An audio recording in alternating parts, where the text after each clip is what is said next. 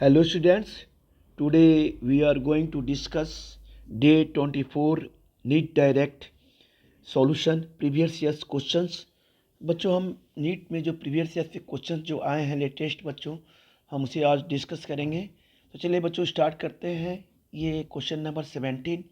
बेटा question number 17 क्या कर रहा है? The correct option for the value of vapor pressure of a solution at 45 degree Celsius with benzene to octane in molar ratio 3 और 2 का है। Right, at 45 degree Celsius vapour pressure of benzene कितना है बच्चों? 280 के मरकरी के, और octane कितना है बच्चों? 420 मिलीमीटर मरकरी के। Assume ideal gas. तो बच्चों इसमें दिया हुआ है कि हम ratio of number of moles benzene octane कितना है हम निकालते हैं 3 और 2 का रेशियो। चलिए बच्चों इसे सॉल्व करते हैं बेटा। तो ये क्वेश्चन नंबर बेटा 17 है, जो कि ये नीट में क्वेश्चन नंबर बेटा 17 ये बच्चों आया है आपका, ये एग्ज़ाम में आया है 2021 में, है ना बेटा। तो चलिए इसे सॉल्व करते हैं बच्चों। तो ये बेटा सबसे पहले हम क्या लिखेंगे यहाँ पे कि रेशियो, हम बेटा लिखेंगे ratio of number of moles, ratio of बच्चों लिखेंगे number of moles, ratio of number of moles क्या है बच्चों? हम बेटा इसे लिखेंगे बेंजीन एंड ऑक्टेन। किसका बच्चों? बेंजीन एंड ऑक्टेन, है ना बेटा। बेंजीन एंड ऑक्टेन कितना है? ये है आपका, यानी हम कह सकते हैं एन, है ना बच्चों। नंबर एन मतलब हो गया नंबर ऑफ मोल्स। अब बच्चों ये बेंजीन का फार्मूला है C6। अब बच्चों हो गया ये H6। राइट, ये बेटा रेशियो है आपका, ये नंबर ऑफ मोल्स बेटा फार्मूला है। ये बच्चों ऑक्टेन, ये क्या है बच्चों? ऑक्टेन। ये बेटा थोड़ा सा इसे हम कर लेंगे ऑक्टेन, ये बेटा है ऑक्टेन। राइट, तो ये हो जाएगा N। अब बच्चों हो जाएगा C8, ये बच्चों क्या होगा? H18।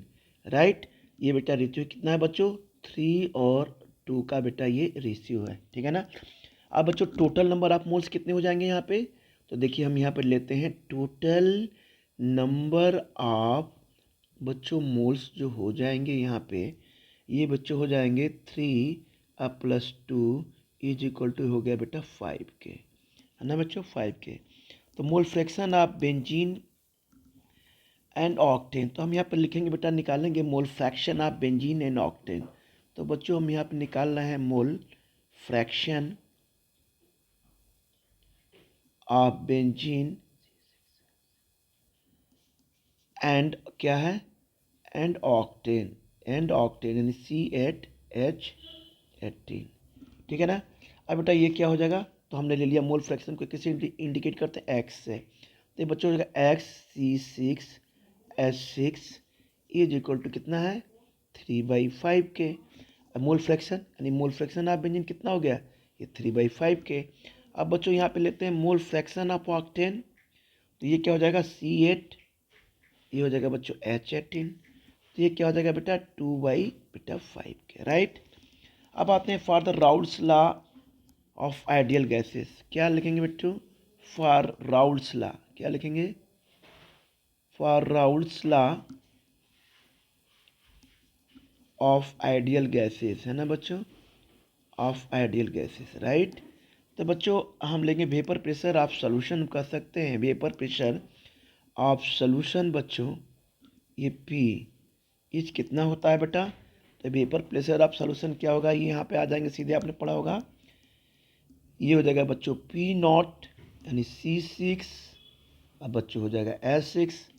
ये हो जाएगा बच्चों मोल फ्रैक्शन, ये हो गया C6 यानी H6 बेंजीन के।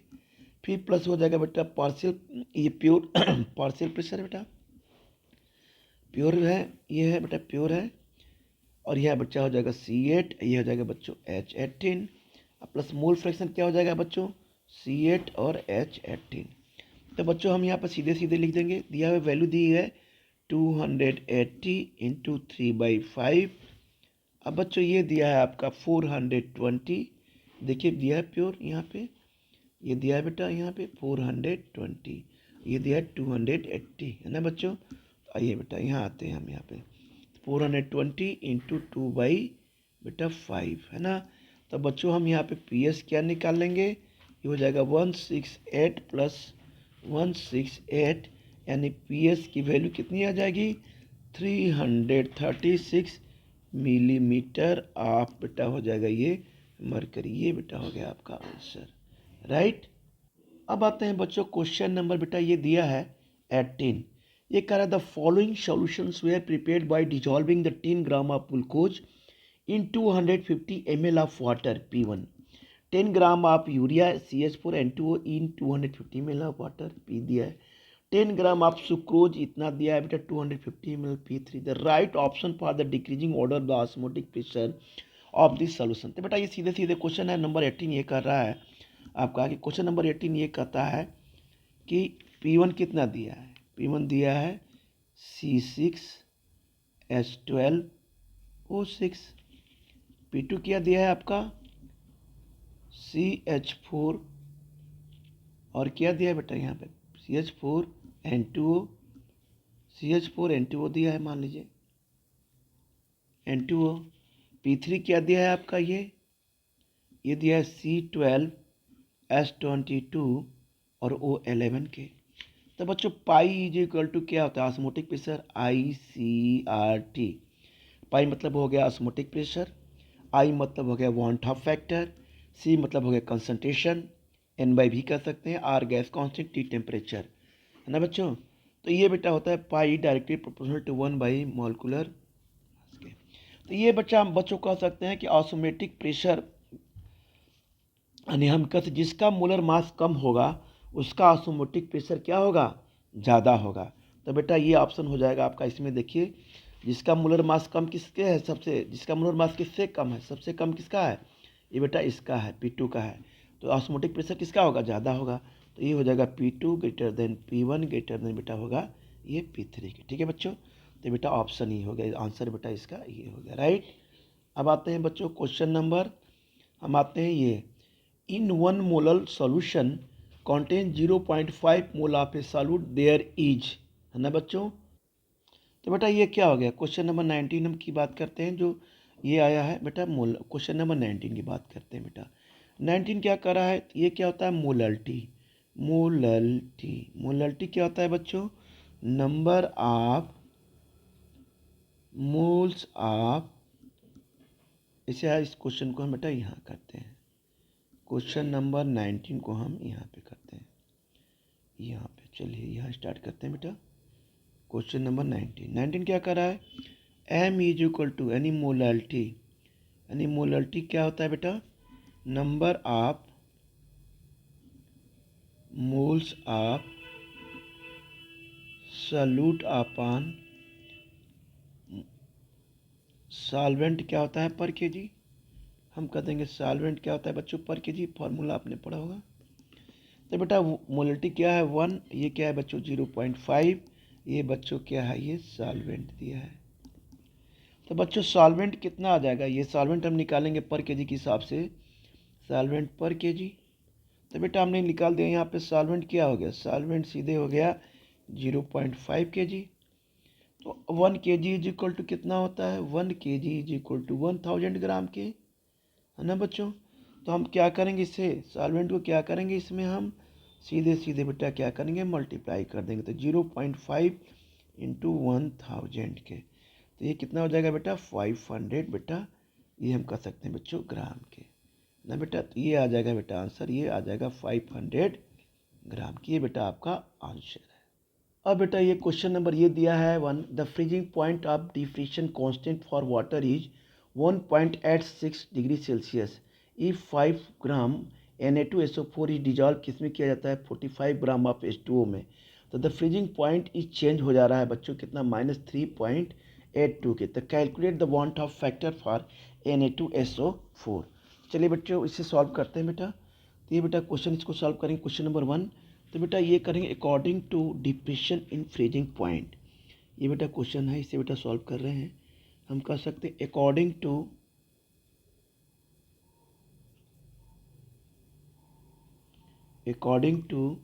डिप्रेशन, अकॉर्डिंग टू ये हो जाएगा बच्चों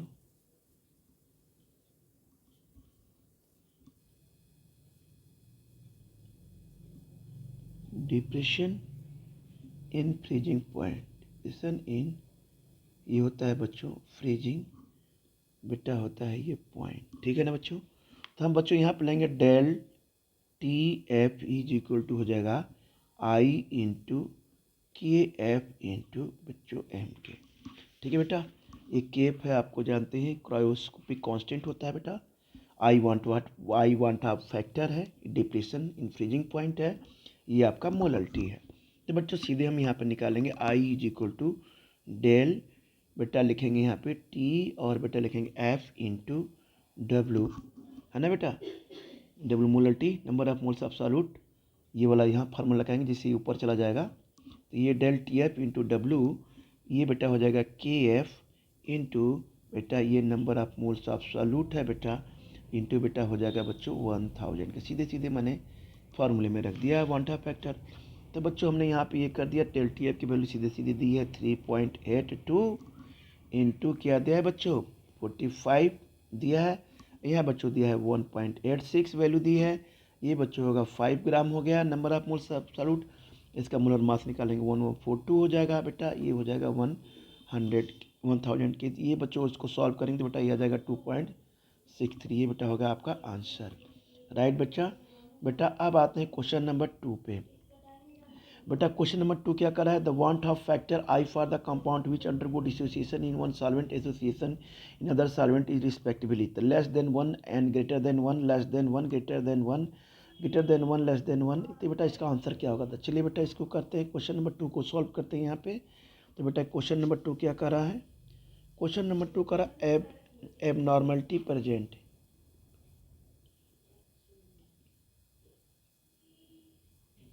एबनॉर्मलिटी प्रेजेंट क्या हो रहा है, ड्यू टू डिसोसिएशन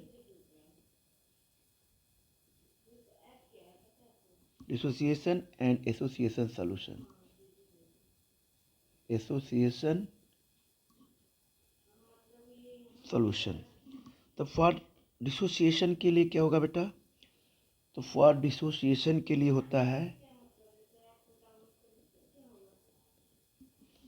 ये want Hoff factor greater than 1, अब फॉर एसोसिएशन के लिए बेटा होगा हम कह सकते हैं आई लेस देन बेटा 1 के। तो आप आंसर बेटा ये होगा करेक्ट, ऑप्शन नंबर बेटा ये होगा आपका, ये होगा कि greater than 1 and less than 3, ठीक है ना बेटा।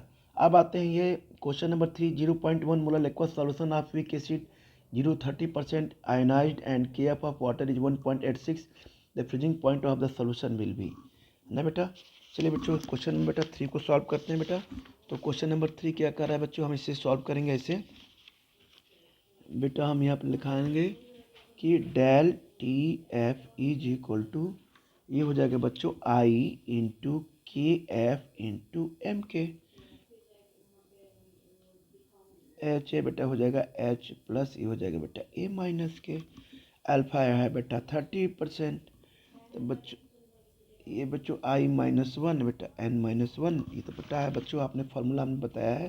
तो आई इज इक्वल टू बेटा हो जाता है 1 + n-1 इंटू अल्फ़ा के, तो बच्चों हो गया ये 1 + 2 - 1 बेटा, इसकी वैल्यू अल्फ़ा की रख देंगे 3, तो ये हो जाएगा 1.3 के।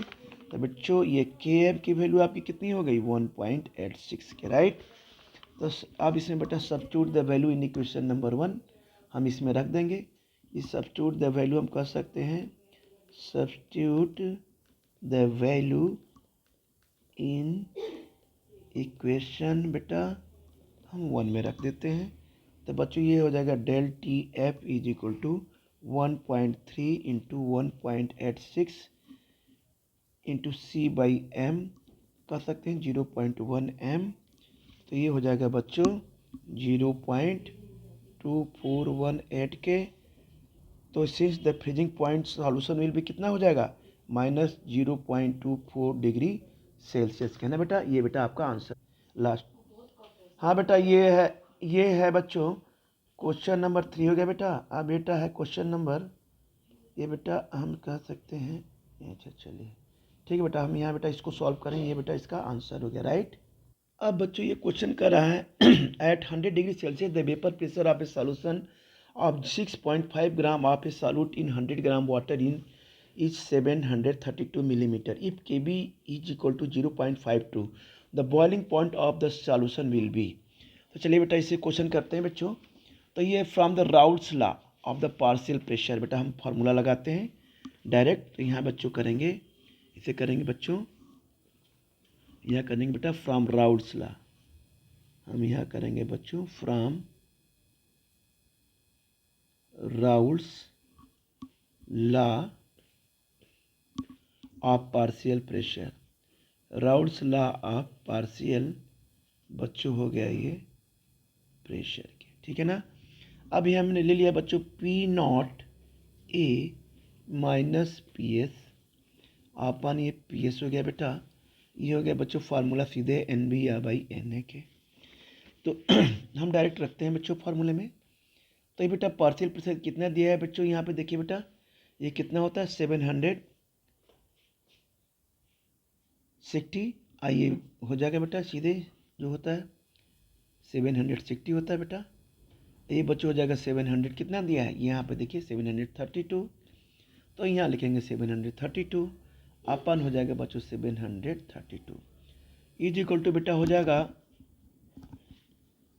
ये जो फार्मूला है बच्चों एम बी को हम कह सकते हैं बच्चों W by M B into बेटा आप कह सकते हैं W A by M A. तो बेटा इसे कह सकते हैं W B into M A, या कह सकते हैं बच्चों M B into W A, right. तो ये बच्चा हम इस फार्मूले में बेटा इसे रख सकते हैं, ये हो जाएगा 760 माइनस 732 अपन बच्चों हो गया 732। तो ये हो जाएगा बेटा 6.5 इंटू 18 अपन बेटा हो जाएगा एम बी इंटू 100 के। तो एम बी की वैल्यू बेटा आ जाएगी 30.6 के, है ना बेटा। तो ये बच्चों हो जाएगा del T B is equal to हो जाएगा बच्चों 0.52 इंटू 6.5 इंटू 1000 के अपन बेटा हो जाएगा 13.6 इंटू 100 के, है ना बेटा। तो ये बच्चों आ जाएगा, इसको सॉल्व करेंगे तो 1.10 हो गया। अब बेटा यहाँ पे लिखेंगे बॉइलिंग पॉइंट, क्या लिखेंगे यहाँ पे, ये बच्चों लिखेंगे बॉइलिंग पॉइंट, है ना बेटा। बॉइलिंग पॉइंट कितना हो जाएगा यहाँ पे 100, अब प्लस हो जाएगा बच्चों 1.10। तो ये बेटा हम कर देंगे 101.1 डिग्री सेल्सियस, यानी आंसर बेटा हो जाएगा 101 डिग्री सेल्सियस। इस तरह से बच्चों ये आंसर हो गया, ठीक है बेटा। तो इस तरह से बच्चों हमने इसको कंप्लीट किया। फिर बच्चों हम आगे हम इसको बेटा कंटिन्यू करेंगे। ओके बच्चों।